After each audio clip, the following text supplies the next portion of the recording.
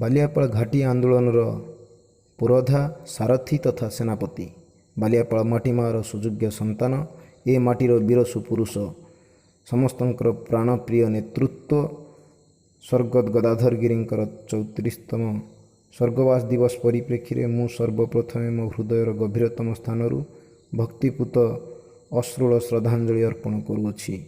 ପୁଣି ବାଲିଆପାଳ ଘାଟି ଆନ୍ଦୋଳନ ତଥା ବାଲିଆପାଳ ଇତିହାସର ପୁନରାବୃତ୍ତି ହେବାକୁ ଯାଉଥିବା ସମୟରେ ମୁଁ ଜଣେ ଏ ମାଟିର ସାଧାରଣ ସନ୍ତାନ ଭାବରେ ଆମ ମା' ମାଟି, ମାତୃଭୂମି, ଆମମାନଙ୍କର ଜୀବନ ଜୀବିକା, ଆମମାନଙ୍କର ହକ୍, ଆମମାନଙ୍କର ଅଧିକାରକୁ ବଞ୍ଚାଇବା ପାଇଁ ମୋର ଏ ସ୍ୱର ଶୁଣିପାରୁଥିବା ସମସ୍ତ ମା', ମାଉସୀ, ଭାଇ, ଭଉଣୀ, ଗୁରୁ, ଗୁରୁଜନ, ବୃଦ୍ଧା, ବୟୋଜ୍ୟେଷ୍ଠ ସମସ୍ତଙ୍କୁ ମୁଁ ସର୍ବପ୍ରଥମେ କ୍ରାନ୍ତିକାରୀ ତଥା ସଂଗ୍ରାମୀ ଅଭିନନ୍ଦନ ଜ୍ଞାପନ କରୁଅଛି।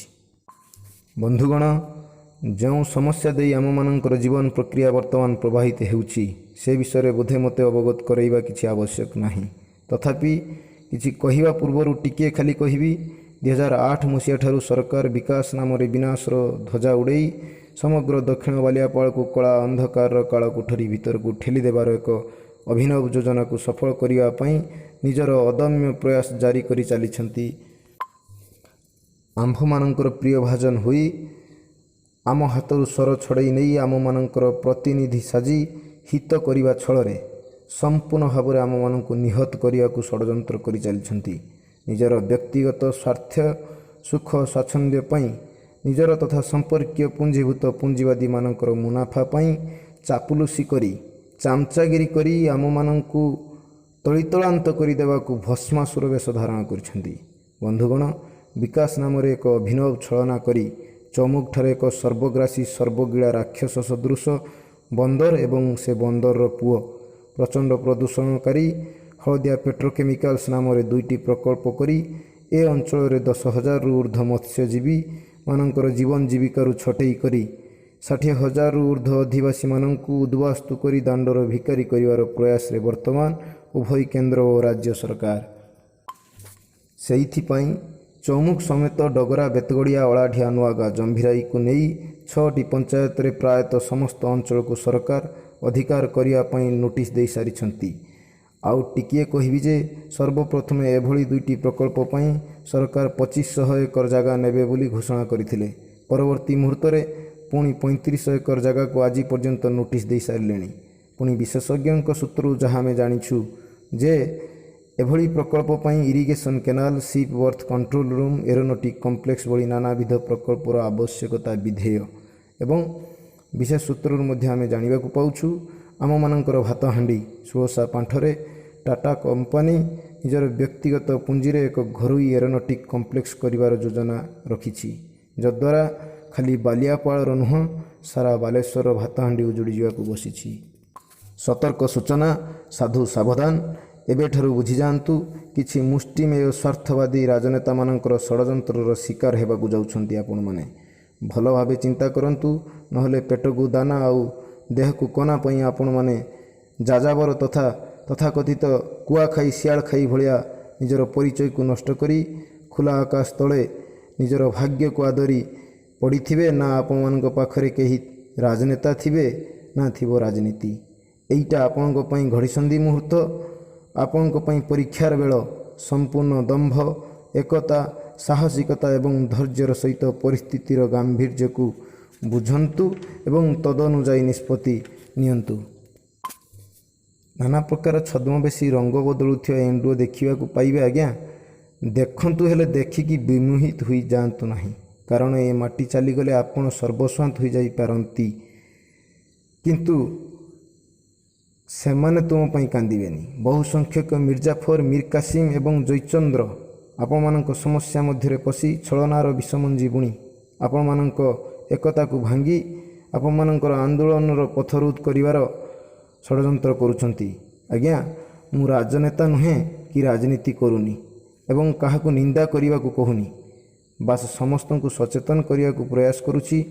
ଏଭଳି ବି ଘଟଣା ହୋଇପାରେ କି ଆପଣଙ୍କର କ୍ରୂର ନଜରରୁ ବଞ୍ଚିବା ପାଇଁ ଏବଂ ନିଜର ରାଜନୈତିକ ଅସ୍ଥିରତାକୁ ସମତୁଲ କରିବା ଉଦ୍ଦେଶ୍ୟରେ ଆପଣଙ୍କୁ ଆନ୍ଦୋଳନ ପାଇଁ ପ୍ରତିଶ୍ରୁତି ଦେଇ ପରବର୍ତ୍ତୀ ମୁହୂର୍ତ୍ତରେ ଆପଣମାନଙ୍କ ଅସହଯୋଗ ଆନ୍ଦୋଳନରେ ସରକାରଙ୍କୁ ସହଯୋଗ କରିବାକୁ ମଧ୍ୟ ପଛଘୁଞ୍ଚା ଦେବେ ନାହିଁ।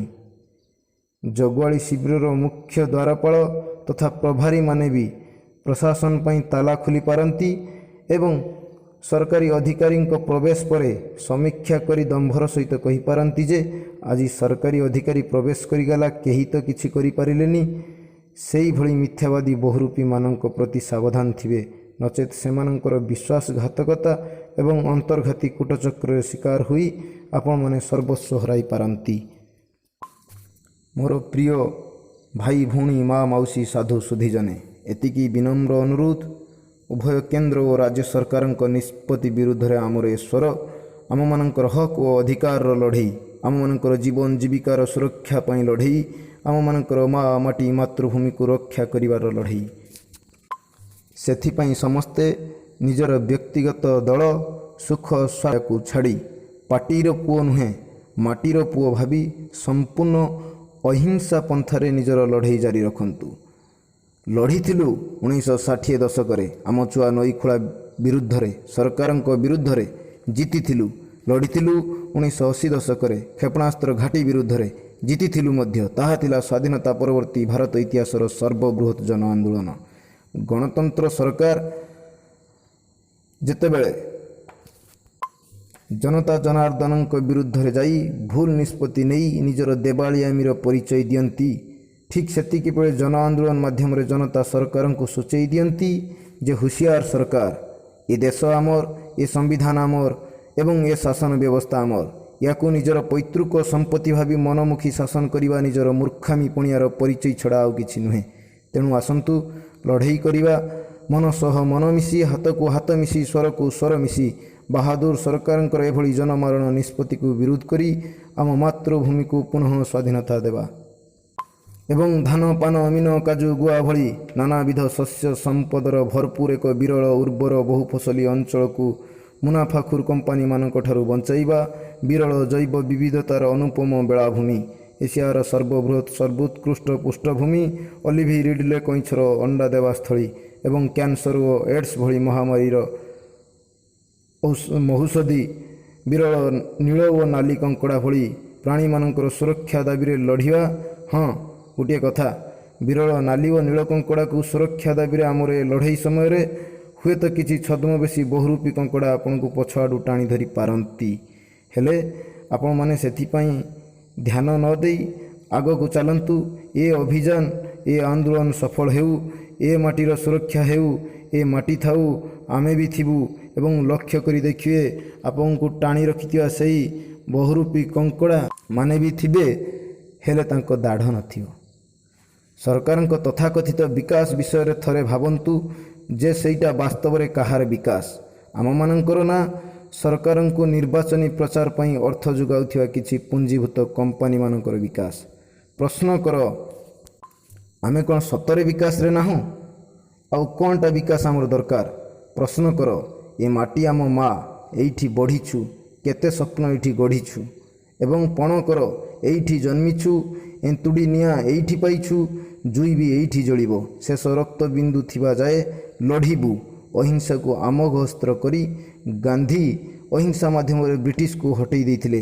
ଆମେ ବି ଗାନ୍ଧୀଙ୍କର ସେହି ଅପୂର୍ବ ଶକ୍ତିକୁ ଆମମାନଙ୍କର ଅସ୍ତ୍ର କରି ସତ୍ୟ ଓ ଧର୍ମର ମାର୍ଗରେ ଲଢ଼େଇ କରିବୁ। ଯେଉଁଭଳି ଆଗରୁ କରି ସଫଳ ହୋଇଛୁ, ସେଇଭଳି ଆଜି ବି ସଫଳ ହେବୁ ମଧ୍ୟ। ବନ୍ଧୁଗଣ, ରାଜନେତା କି ରାଜନୀତି ଆମ ସମସ୍ୟାର ସମାଧାନ ନୁହେଁ।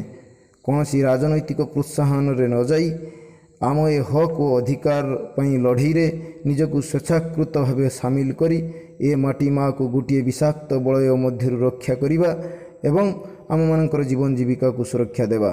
ଆଜିର ଏହି ସଚେତନାତ୍ମକ ବାର୍ତ୍ତା ମାଧ୍ୟମରେ ଯଦି କାହା ମନରେ ଯତ୍କିଞ୍ଚିତ୍ ବ୍ୟାଘାତ ସୃଷ୍ଟି ହୋଇଥାଏ କି କାହାକୁ ଦୁଃଖ ଦେଇଥାଏ, ତେବେ ଏ ମାଟିର ପୁଅ ଭାବି ଆଜ୍ଞା କ୍ଷମା କରିଦେବେ। ମୋ ବାର୍ତ୍ତାର ବିରାମ ପୂର୍ବରୁ ଆଉ ଥରେ କହିବି ଆଜ୍ଞା, ନିଜ ପାଇଁ ଏ ଲଢ଼େଇ, ଆଉ କାହା କଥାରେ ଭାସିଯିବାନି। ନିଜେ ବିଚାର କରିବା, ଭାବିବା ଏବଂ ବୁଝିକି ଆଗେଇବା। ଆମେ ପଣ କରିବା, ମରିବୁ ପଛେ ଏ ମାଟି ପାଇଁ, ଇଞ୍ଚେ ବି ମାଟି ଛାଡ଼ିବୁ ନାହିଁ। ସମସ୍ତଙ୍କର ଗୋଟିଏ ସ୍ୱର ହେବା ଦରକାର। ଯୁଦ୍ଧ ନୁହେଁ, ଶାନ୍ତି ଚାହୁଁ, ପାଟି ନୁହେଁ, ମାଟି ଚାହୁଁ। ଧନ୍ୟବାଦ।